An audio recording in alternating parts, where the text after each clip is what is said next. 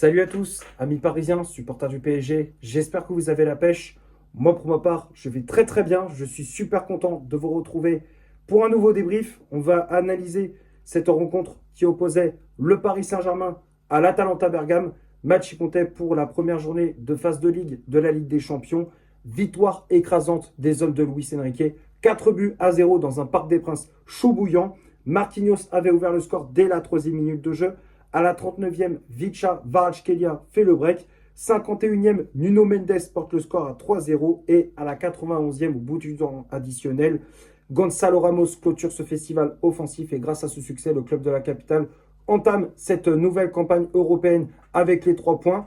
Le classement s'affiche juste ici. Donc on est actuellement dans le top 8.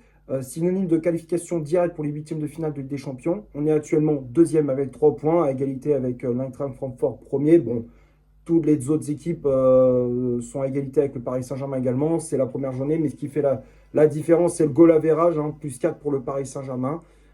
Comme je disais, à égalité également avec l'Eintracht Francfort qui est actuellement premier de cette Ligue des Champions.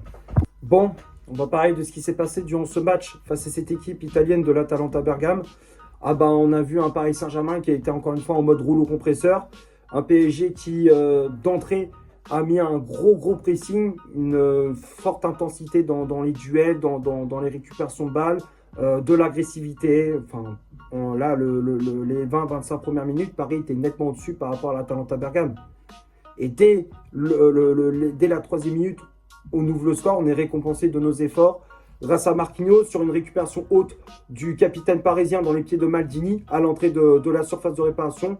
Le Brésilien qui décale à gauche Bradley Barcola et le Français qui trouve entre les lignes Fabian Ruiz, l'Espagnol qui centre à rater au second poteau pour Marquinhos qui tacle ce ballon pour marquer. Marco Carnesecchi, le gardien de l'Atalanta, est battu. 1-0, Paris qui démarre très fort ce match. Et ensuite, on pousse pour mettre ce deuxième but. Malheureusement, on manque de précision dans la finition. On a eu beaucoup d'occasions, que ce soit avec Sini Mayoulou, avec Bradley Barcola, avec Vicha Kvaratskhelia, avec Achraf Hakimi. Mais comme je disais, ça manquait de justesse dans la finition. Du côté des Italiens, l'Atalanta Bergame qui a commencé à jouer un peu au football, on va dire, parce que c'est vrai que les 20-25 premières minutes, à part faire des interventions en catastrophe, ils n'ont pas proposé grand-chose. Ils ont commencé à jouer un peu leur football, ils ont eu certaines situations, mais ça manquait de précision dans la finition avec Maldini, avec Kosunu. Ils ont eu quelques opportunités, mais ça manquait de précision dans le dernier geste, dans les passes et puis les contre-attaques, elles n'étaient pas toujours bien ajustées. Donc voilà, l'Atalanta qui avait du mal à revenir dans cette partie. Et à la 39e minute, les gars, Vicha Kvaratskhelia, mon chouchou, parce que c'est mon chouchou, les gars. Vicha Kvaratskhelia, c'est mon chouchou. Ce joueur, il est incroyable. La combativité, le caractère de ce gars, c'est monstrueux. Ce qu'il a proposé, encore une fois, c'est exceptionnel. C'est exceptionnel. Kvaratskhelia qui reçoit le ballon sur le côté droit et tape un rush en solitaire. On aurait dit Messi Prime. Il nous a fait un festival sur ce but. Il part dans un rush en solitaire. Il élimine 3 joueurs de l'Atalanta avant d'enchaîner avec une frappe puissante à l'entrée de la surface. Carnesecchi est battu. Il ne peut absolument rien faire sur le but de Kvaratskhelia. 2-0. Alors, on aurait pu marquer un 3e but juste avant la mi-temps avec le penalty obtenu par Marquinhos suite à une faute de Kosunu, je crois, sur Marquinhos, sur un coup de pied arrêté. L'arbitre a été voir la vidéo, il a accordé le penalty. Barcola a tenté de prendre ses responsabilités, mais malheureusement, son penalty, il est pourri. On va pas se mentir, le penalty de Barcola, il est nullissime. Le gardien, il n'avait pas de souci pour l'arrêter, pas de difficulté pour Carnesecchi pour capter la frappe de Barcola. Donc voilà, on en reste à 2-0. C'est le score à la mi-temps, mais c'est pas grave. Paris continue en deuxième période dérouler son jeu. Et très rapidement, dès le début de la deuxième période, on plie le match avec le but de Nuno Mendes sur une action côté gauche, encore une fois avec Bradley Barcola qui trouve entre les lignes Mendes, qui feinte devant De Roon. Et derrière, il enchaîne avec une frappe puissante dans un trou de souris entre le gardien et le poteau. Je ne sais même pas comment il a fait pour la mettre au fond du filet. Ce but de Mendes, je ne sais pas comment il a fait. Mendes qui permet au PSG de mener 3-0. Là, le match était littéralement plié. Et voilà, Paris qui continue de jouer tranquillement, sans pression.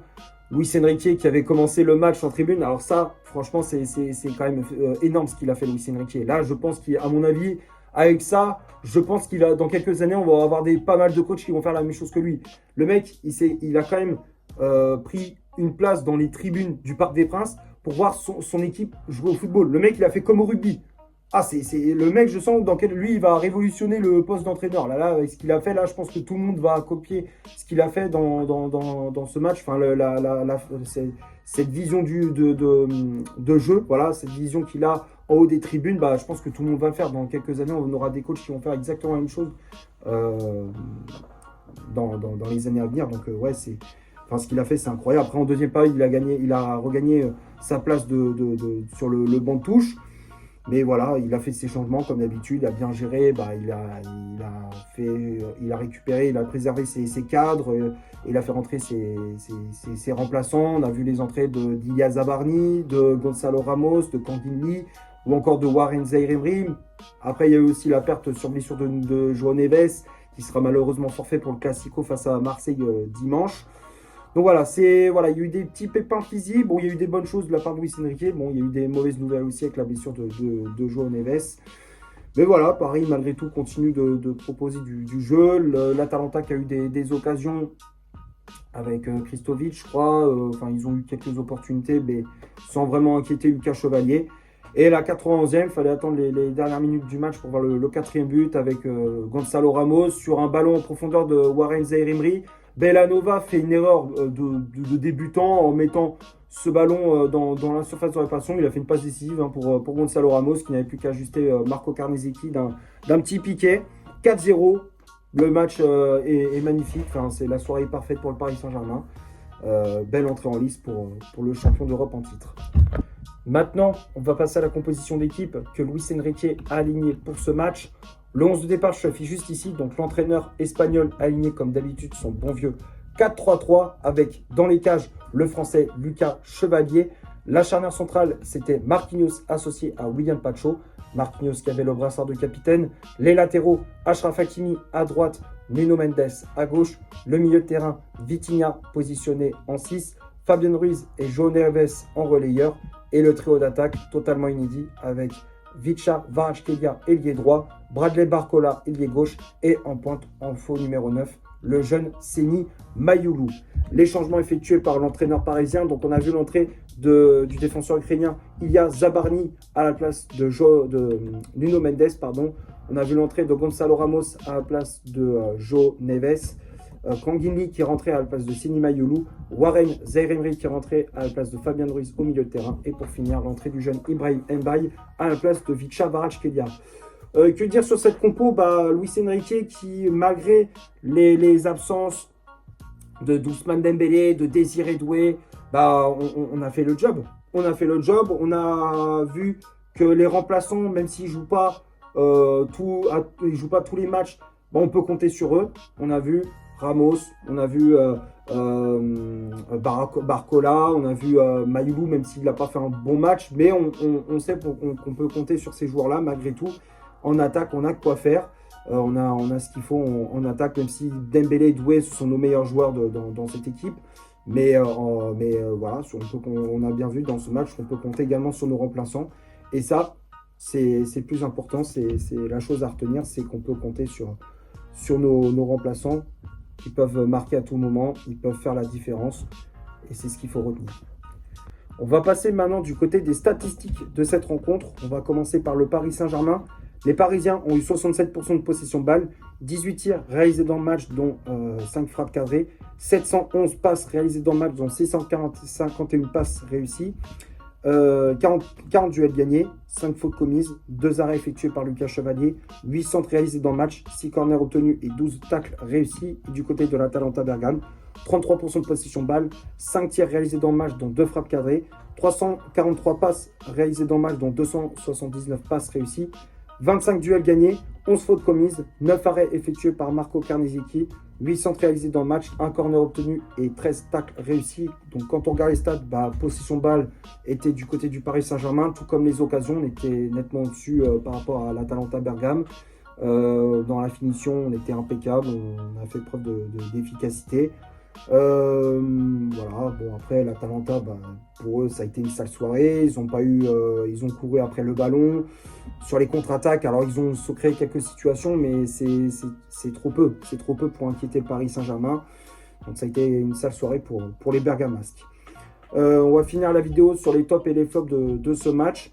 Comme d'habitude, je fais les affiches juste ici. Alors, j'ai mis seulement 2 joueurs dans les flops pour le Paris Saint-Germain. Bah, les 2 joueurs sont Barcola et Slimani. Bradley Barcola, pourquoi j'ai mis dans les flops? Alors, ok, il n'a pas fait un mauvais match, mais je m'attendais à mieux de sa part. Tu vois, il était resté sur 2 buts face à Lens. Il avait inscrit un doublé lors du match face à Lens en championnat. Avec l'absence de Dembélé et de Désiré Doué, bah, pour moi, c'est lui qui doit prendre le relais, c'est lui qui doit prendre les responsabilités à l'attaque du Paris Saint-Germain. Et Barcola, bah, pour moi, il n'a pas montré, enfin, il a été trop gentil, il n'était pas assez tranchant dans la finition. Quand tu vois qu'il c'est à l'image de son penalty raté en première période, il était trop gentil, pas assez agressif, manque de caractère. Voilà, je reste un petit peu sur ma faim avec Bradley Barcola, même si dans l'ensemble, il n'a pas fait un mauvais match, mais je reste un petit peu sur ma faim. Et Mayoulou, c'est pareil. Mayoulou, tu sentais que dans ce rôle de faux numéro 9, bah, il était perdu. Il n'avait pas de repère. Dès qu'il avait le ballon, il ne savait pas trop quoi faire. Il était un peu paumé sur le terrain, c'est Mayoulou, dans ce rôle de faux numéro 9. Là où il excelle, c'est en tant que 8, voire même numéro 10. Hein, c'est ce rôle de box-to-box, meneur de jeu un petit peu aussi. Bah, c'est ça, là où il excelle, c'est Mayoulou. Donc voilà, dans ce rôle de faux numéro 9, ça n'a pas fonctionné dans ce match pour lui. Mais sinon, après, à part eux, bah, tout le monde a été bon. Lucas Chevalier, bon, il n'a pas eu grand-chose à faire, mais le peu qu'il avait à faire, bah, il a été correct. La charnière centrale, Marquinhos, Pacho, ça bouge pas. C'est très, très costaud. Je pense que c'est la meilleure charnière d'Europe à l'heure actuelle. On va pas se mentir, hein, Marquinhos, Pacho, ça bouge pas.